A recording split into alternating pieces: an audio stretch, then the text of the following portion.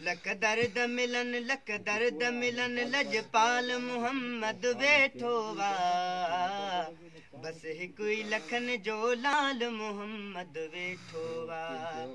बस हिकु ई लखन जो लाल मुहम्मद वेठो वा न तो घुर्जे मिल्कियत नाणो हुजे राज़ी शलह कुराणो न तो घुर्जे मिल्कियत नाणो हुजे राज़ी शलह कुराणो हुजे राज़ी शलह कुराणो मुझी मिल्कियत ऐं ज़र माल मुहम्मद वेठो वा बस हिकु ई लखन जो लाल मुहम्मद वेठो वा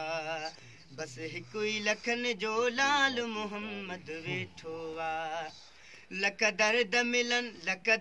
मिलन लजपाल मुहम्मद वेठो वा बस हिकु ई लखन जो लाल मुहम्मद वेठो वा मूंखे जंहिंजे तुफ़ेले माण्हू था कुर्ब ॾियनि अणॼाणू मूंखे जंहिंजे तुफ़ेले माण्हू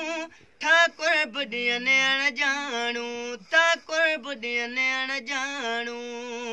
भला कीअं भुलायां बाल मुहम्मद वेठो वा बस हिकु ई लखन जो लाल मुहम्मद वेठो वा बस हिकु ई लखन जो लाल मुहम्मद वेठो वा लख दर्द मिलन लजपाल मुहम्मद वेठो वा बस हिकु ई लखन जो लाल मुहम्मद वेठो वा तोरी कंहिंखे फ़क़ीर न वणंदो तब साईं ॾुखनि में सुणंदो तोरे कंहिंखे फ़क़ीर न वणंदो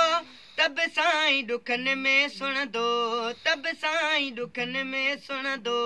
हिन आजिज़ जो अहवाल मुहम्मद वेठो वा बस हिकु ई लखन जो लाल मुहम्मद वेठो वा लख दर्द मिलन लजपाल मुहम्मद वेठो वा बस हिकु ई लखन जो लाल मुहम्मद वेठो वा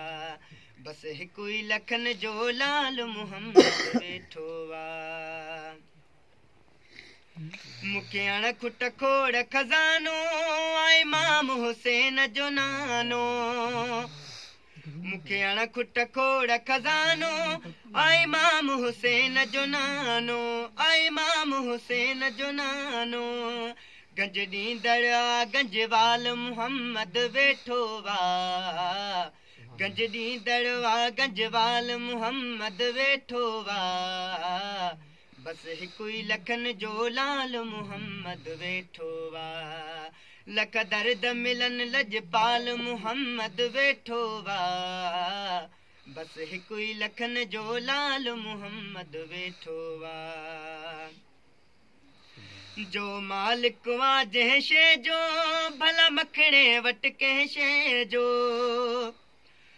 मालिक वा जंहिं शइ जो भला मखणे वटि कंहिं शइ जो भला मखणे वटि कंहिं शइ जो कर सोच न पवंदो काल मुहम्मद वेठो वा